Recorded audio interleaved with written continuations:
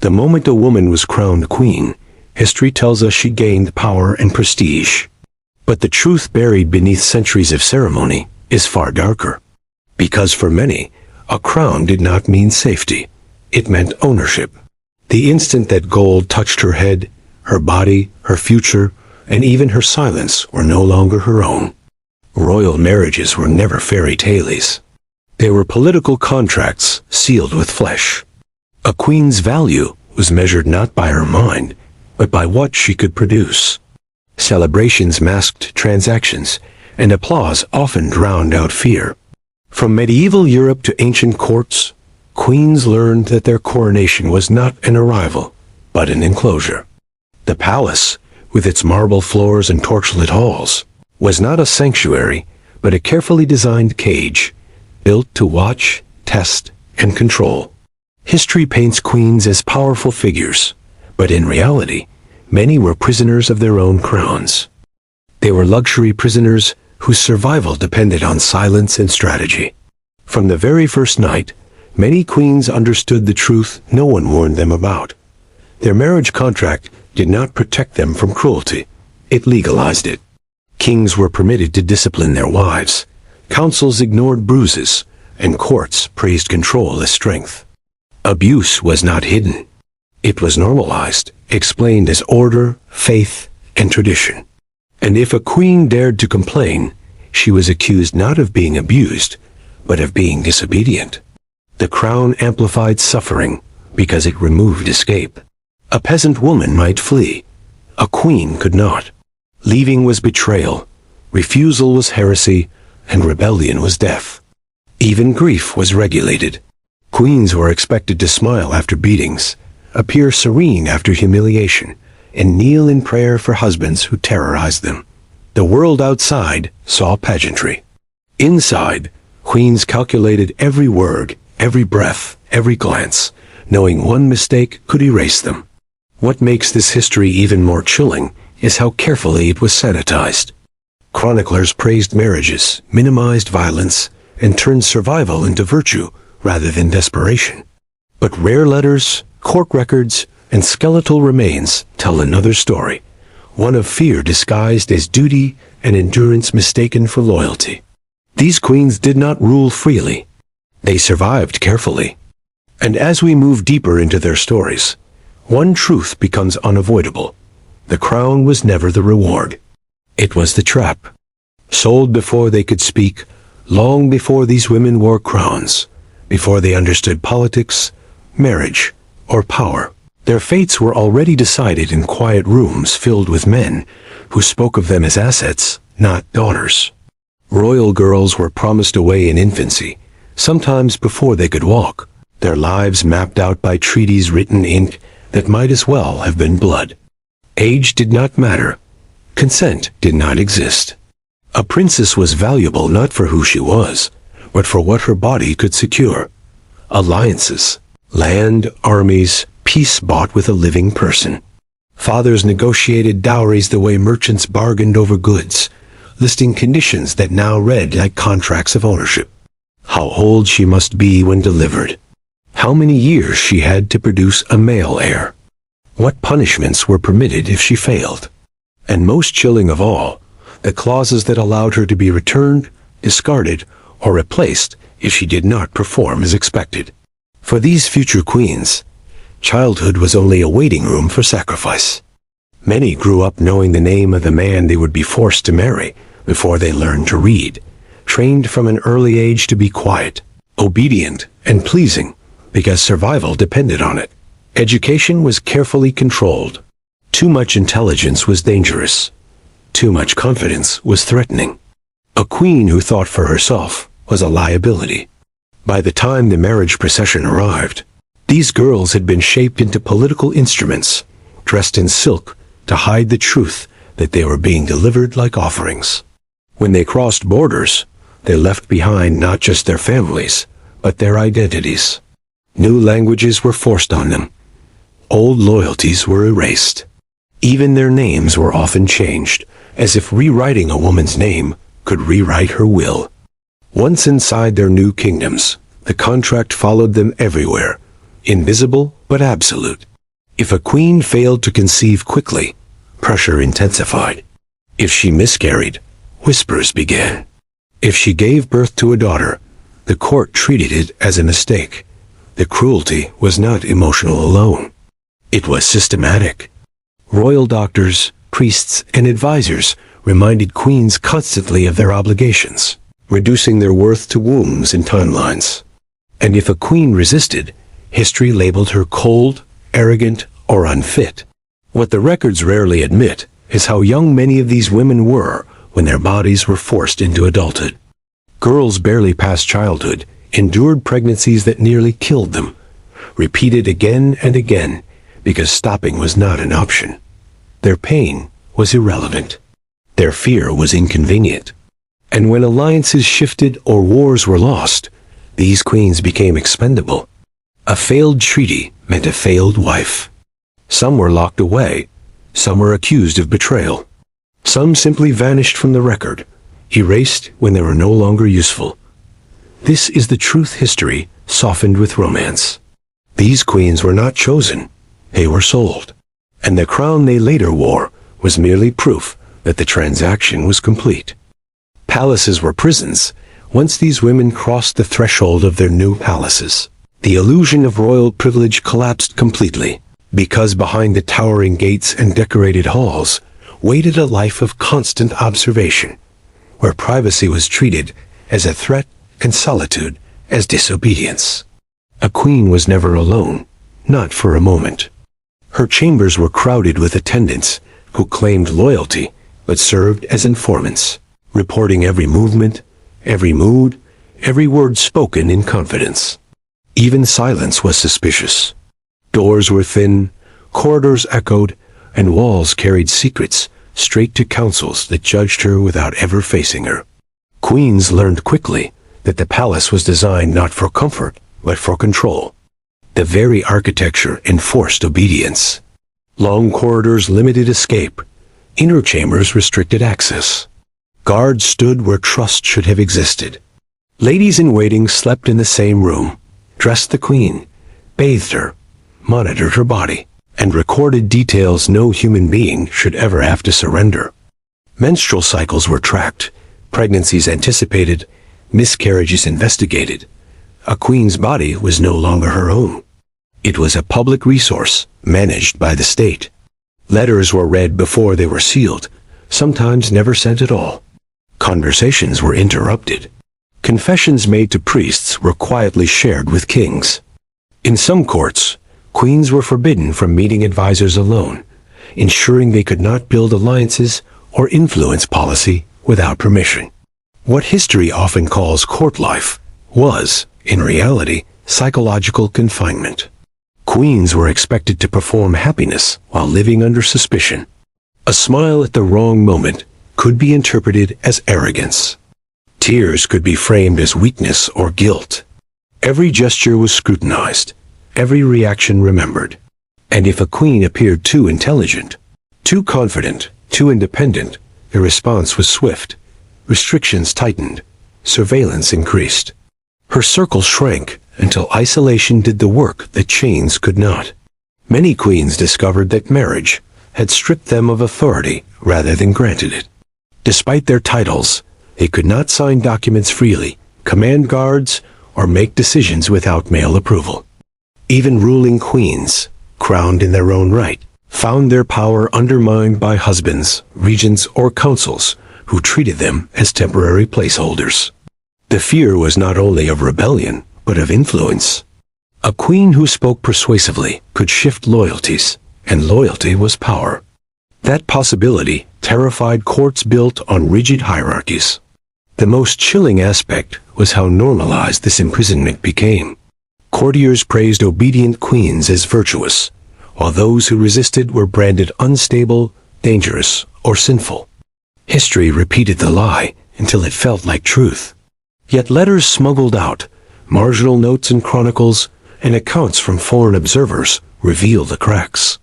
They speak of women who paced endlessly, who whispered plans to servants they barely trusted, who memorized guard routines not to escape, but simply to feel a sense of control over their own lives.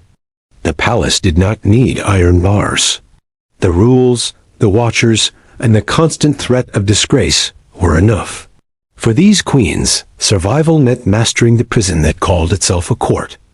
Violence blessed by God. When control was not enough, violence followed, and history's most disturbing truth is not that queens were abused, but that this abuse was openly justified, ritualized, and defended as moral order. In many royal courts, a king's authority over his wife was considered absolute, reinforced by religion, tradition, and law. Beatings were described not as cruelty, but as correction, a necessary act to preserve hierarchy and discipline. Priests preached obedience as a divine duty, twisting scripture to declare that a queen who resisted her husband was not a victim, but a sinner. This belief turned palaces into places where pain was sanctified and silence was holy. Bruises were hidden beneath silk sleeves, fractures explained as accidents, and screams dismissed as hysteria. Courtiers did not intervene. They observed. Some even praised kings who kept order, equating violence with strength. What makes this era especially chilling is how public much of the suffering was. Queens were humiliated in front of witnesses, scolded during councils, punished in ways meant to be seen and remembered. The message was clear. The crown did not protect a woman from pain. It amplified it. A queen's suffering was not private. It was instructional. Other women at court learned what disobedience cost. And when a queen dared to protest, the response was swift and merciless. Complaints were reframed as madness. Resistance was labeled treason. In some kingdoms, a wife accusing her husband of abuse could be charged with rebellion against God's chosen ruler, a crime punishable by imprisonment or death. Violence became self-sustaining because the system rewarded it. Kings faced no consequences. Councils looked away. Chroniclers softened the language, recording firm rule instead of broken bones. Even executions were framed as justice rather than silencing.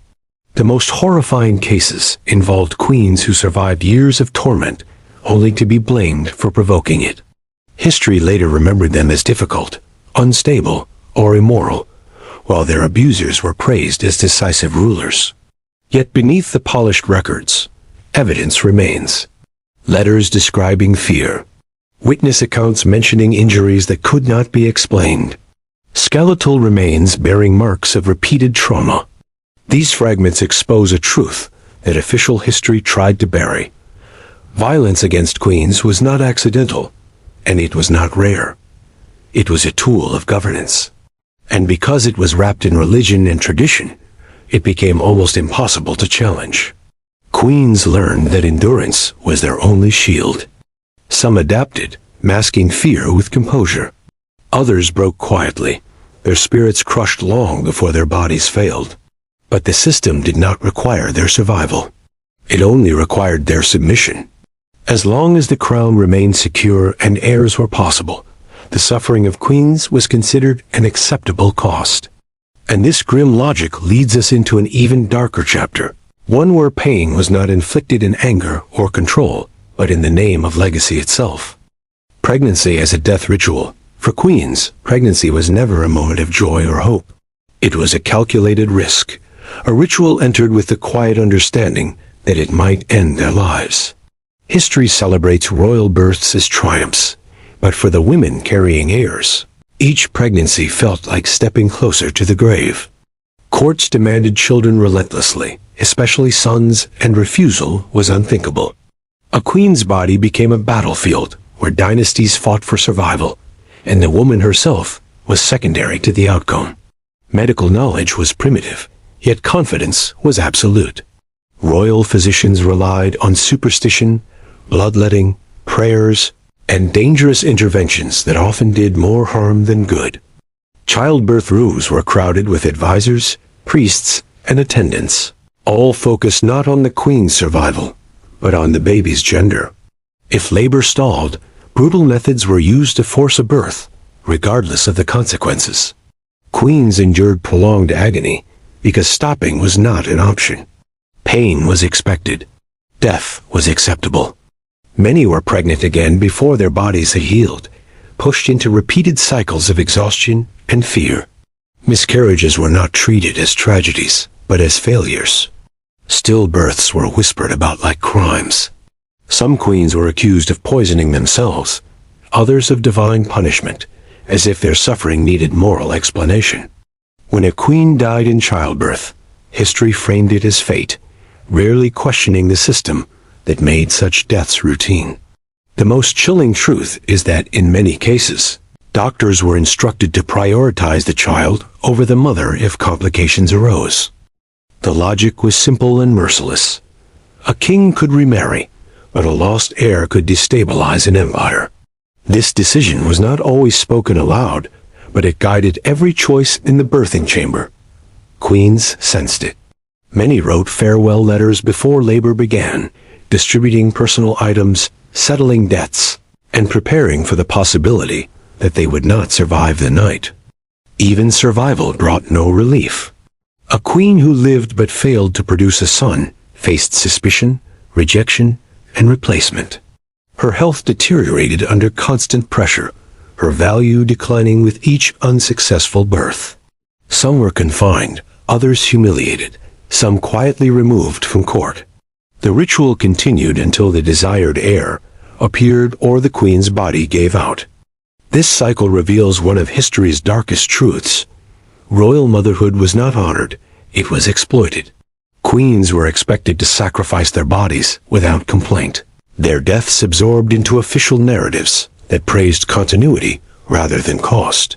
Bones discovered centuries later tell the real story, bearing signs of repeated trauma, infection, and neglect. These women did not die because childbirth was dangerous by nature alone. They died because their lives were considered expendable. And for those who survived, the knowledge remained constant and haunting. Their greatest duty could also be their executioner. As we move toward the final chapter, the evidence left behind forces a reckoning with what history chose to hide, and why these queens' endurance was more dangerous to power than their deaths ever could be. The truth history tried to bury. What ultimately threatens power is not death, but survival. And that is why the stories of these queens were softened, fragmented, or erased entirely. History prefers martyrs or monsters, not women who endured systems designed to destroy them and lived long enough to remember. Official records praised kings, chronicled wars, and listed heirs, but they avoided the quieter evidence left behind by queens who survived atrocities that should have killed them. The truth emerged slowly, not from grand chronicles, but from marginal notes, sealed letters, altered wills, damaged bones, and ruins where names were scratched out and replaced. Archaeology revealed bodies bearing repeated injuries that could not be explained by accidents. Manuscripts contradicted official timelines, hinting at imprisonments, forced confessions, and disappearances that were later reframed as illness or retirement. In some cases, queens who survived abuse were deliberately rewritten as villains, accused of ambition, manipulation, or madness, because a suffering woman was easier to dismiss than a system that sanctioned her pain. Survival itself became suspicious. A queen who endured beatings, confinement, repeated pregnancies, and political isolation without breaking was dangerous, because her existence challenged the lie that these systems were natural or just. Courts responded by stripping such women of influence, silencing them through exile, religion, or forced obscurity. Some were locked away in convents not for faith, but for containment. Others lived long lives under watch, their movements limited, their voices erased from public memory. Yet traces remained. A letter describing fear, written in steady handwriting. A law quietly changed after a queen's resistance. A sudden shift in succession rules. These fragments suggest that survival altered history in subtle ways, even when acknowledgement was denied. The greatest irony is that many of these queens outlived their abusers. Kings who ruled through terror died suddenly, violently, or in disgrace, while the women they tried to erase continued breathing, watching, remembering. But history did not celebrate them. It buried them beneath romance, scandal, or silence. Modern scholars now understand why. To admit what these queens endured would mean admitting that some of civilization, as most revered institutions, were built on ritualized suffering. It would force a reckoning with how power justified cruelty and called it order. These stories were not forgotten by accident. They were hidden deliberately, because endurance exposes cruelty more clearly than tragedy ever could. As we stand in the ruins of palaces and read between the lines of polished chronicles, one conclusion becomes unavoidable. These queens did not survive because the system protected them. They survived despite it. Their lives are not tales of privilege, but warnings etched into history's darkest margins. And when stripped of crowns, titles, and myth, their endurance leaves us with a final, unsettling reflection. Humanity did not fail these women because it did not know better. It failed them because it chose power over mercy, order over life, and silence over truth.